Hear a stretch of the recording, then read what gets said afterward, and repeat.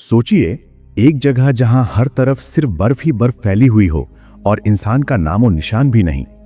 एक ऐसा स्थान जहां अगर आप एक कदम गलत भी उठाएं तो आपकी जान हमेशा के लिए खत्म हो सकती है। आज हम आपको बताएंगे एक ऐसी सच्ची कहानी जिसमें एक जर्मन सिपाही ने साइबेरिया की बर्फीली जेल से भागकर अपनी जान और परिवार दोनों की खातिर अद्भुत साहसिक यात्रा की। इस कहानी में है डर, उम्मीद और जिंदा रहने की अदम्य लगन। तो खुद को तैयार कीजिए, क्योंकि यह सफर सामान्य नहीं बल्कि एक सर्वाइवल की अल्टीमेट कहानी है। कहानी की शुरुआत साइबेरिया की एक बर्फीली जेल से होती है। यहां हम देखते हैं दर्जनों जर्मन सिपाही लाइन में खड़े हैं। वर्ल्ड वॉर II के बाद रूस ने कई जर्मन सोल्जर्स को कैदी बना लिया था। इन कैदियों को दिन रात कोयले की खानों में काम करना पड़ता था। जेल की सिक्योरिटी भले ही कमजोर थी, लेकिन कोई भी यहां से भागने की हिम्मत नहीं करता। कारण, इस जेल के चारों तरफ हजारों किलोमीटर बर्फ और ठंडी सर्दी फैली हुई थी और इंसानी बस्ती लगभग 14,000 किलोमीटर दूर थी। यहां से भागना मतलब सुरक्षित मौत। लेकिन इन कैदियों में से एक था जिसकी सोच और हिम्मत बाकी सभी से अलग थी। उसका नाम था क्लेमन फॉयल। उसे 25 साल की सजा काटनी थी, लेकिन क्लेमन ने यह ठान लिया था कि उसकी आधी जिंदगी इस जेल में नहीं गुजरेगी। एक दिन उसे भागने का मौका मिला। वो चुपके से एक मालगाड़ी में बैठ गया और जेल से निकल गया। खुले आसमान के नीचे पहली बार कदम रखते ही उसका दिल खुशी से झूम उठा। लेकिन उसकी खुशी बहुत देर तक नहीं टिक सकी। जैसे ही मालगाड़ी थोड़ी दूर गई, उसे रोक दिया गया। क्लेमन ने झांक कर देखा, एक रशियन सिपाही बंदूक ताने खड़ा था। बदकिस्मती से उसे पकड़ लिया गया और 2 दिनों के लिए एक सेल में बंद कर दिया गया। 2 दिन बाद वार्डन ने उसे जेल में वापस लाकर कहा, तुम्हारे साथी बेसब्री से इंतजार कर रहे हैं। जेल लौटते ही बाकी कैदियों ने उसे लाठियों और डंडों से पीटना शुरू कर दिया, क्योंकि क्लेमन के भागने की वजह से उनके 2 दिन का खाना भी छूट गया था। घायल होकर उसे जेल के हॉस्पिटल में ले जाया गया। यहाँ का डॉक्टर भी एक जर्मन कैदी था।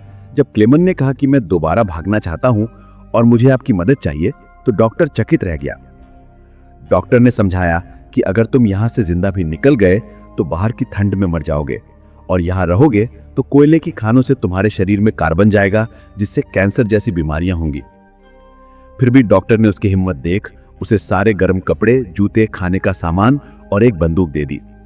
उसने बताया कि रूस के सैनिक रेलवे लाइन के पास भोजन छुपाते हैं।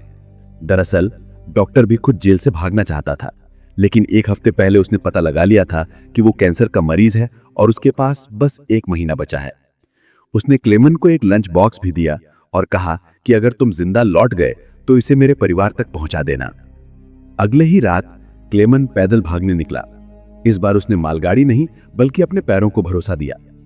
अगले सुबह जब वार्डन को पता चला कि क्लेमन फिर भाग गया है, वो डॉक्टर के कमरे गया, लेकिन डॉक्टर पहले ही दुनिया छोड़ चुका था।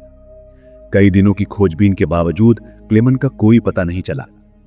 जेल में लोग सोचने लगे कि क्लेमन तो मर चुका होगा, लेकिन वार्डन हार नहीं मान रहा था। वो जानता था कि क्लेमन इतना आसान नहीं मर सकता। और दूसरी तरफ क्लेमन बर्फीले तूफान में अपनी राह बनाता हुआ बढ़ रहा था। 9 दिन बीत चुके थे और उसका सारा खाना खत्म हो चुका था। थकान और भूख से वो बेहोश हो गया। कई घंटे बाद जब होश आया, उसने एक सील को देखा। उसने निशाना साधा और गोली चलाई, लेकिन थकान के कारण निशाना चूक गया। फिर भी कुछ दिनों बाद उसकी जिंदगी की एक छोटी आशा मिल गई। उसने उसे मारकर खाना जुटाया और अपने सफर को जारी रखा। क्लेमन 2 महीने तक बर्फीले मैदान में अकेला चलता रहा। हर तरफ केवल बर्फ और बर्फ। वो खुद से बातें करता, पॉजिटिव सोचता और कंपास की दिशा देखता ताकि खो ना जाए। एक दिन उसने एक छोटा पेड़ देखा। खुशी से वो उसके गले लग गया। ये पेड़ इस बात का संकेत था कि बर्फ का मैदान खत्म और जंगल शुरू हो रहा है। लेकिन साहस की ये कहानी यहीं खत्म नहीं हुई। जंगल में एक बर्फीला तूफान आया। पेड़ गिर रहे थे। एक बड़ा पेड़ सीधे क्लेमन पर गिरा, लेकिन 2 आदमी सही समय पर आए और उसकी जान बचाई। वो नदी तक पहुंचे और लकड़ी की नाव बनाई। नाव भाव से बाहर होने लगी और एक साथी पानी में गिर गया। क्लेमन ने पानी में छलांग लगाकर उसकी जान बचाई। कुछ समय बाद जब क्लेमन और उसका साथी टेंट तक पहुंचे, तो दूसरा साथी उन्हें छोड़कर लालच में दोस्त का सोना ले गया। गुस्से में उसने साथी को गोली मार दी। क्लेमन और उसका साथी बाकी सामान लेकर फिर सफर जारी रखे। सफर में कई महीनों तक बर्फ और जंगल। एक आदमी ने क्लेमन पर शक किया और उस पर हमला कर दिया।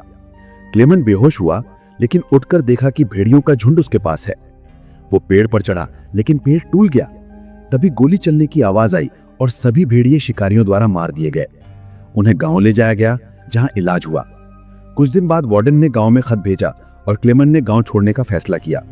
गांव वालों ने उसे खाना, पानी और शिकारी कुत्ता दिया। क्लेमन और कुत्ता कई दिनों तक चलते रहे। उन्हें एक फैक्ट्री दिखी और मालिक ने क्लेमन को पहचान लिया। उसने खाना खिलाया और जर्मनी जाने वाली ट्रेन में बिठा दिया। स्टेशन पर वार्डन इंतजार कर रहा था। क्लेमन ने ट्रेन से कूद कर भागा। कुत्ते ने वार्डन पर हमला किया, लेकिन बाद में कुत्ता मर गया। क्लेमन ने ब्रिज के नीचे से ट्रेन पार की और बहुत दूर निकल गया। साल 1952 में क्लेमन सेंट्रल एशिया के एक मेले में था। भूख लगी थी, जेब खाली। एक लड़की ने पैनकेक दिया और एक जर्मन कैदी उसे मदद करने उसके घर ले गया। उसने नया पासपोर्ट लिया और रूस की सीमा पार कर जर्मनी गया। रास्ते में वार्डन खड़ा था, लेकिन उसने उसे छोड़ दिया। आखिरकार क्लेमन अपने घर पहुंचा। उसने बीवी और बेटी को देखा। बेटी दौड़कर उसके गले लगी। पत्नी की आंखें भर आईं। बरसों बाद क्लेमन ने अपने परिवार से मुलाकात की और यह साहसिक, दिल को छू लेने वाली कहानी यहीं समाप्त होती है। तो दोस्तों, ये थी एक असाधारण इंसान की कहानी, जिसने मौत और प्रकृति की हर चुनौती को मात देकर अपनी जिंदगी और परिवार की खातिर अद्भुत साहसिक यात्रा की। अगर आपको ये कहानी पसंद आई हो तो वीडियो को लाइक करें, चैनल को सब्सक्राइब करें और कमेंट में बताएं कि आपको सबसे ज्यादा कौन सा हिस्सा रोमांचित कर गया।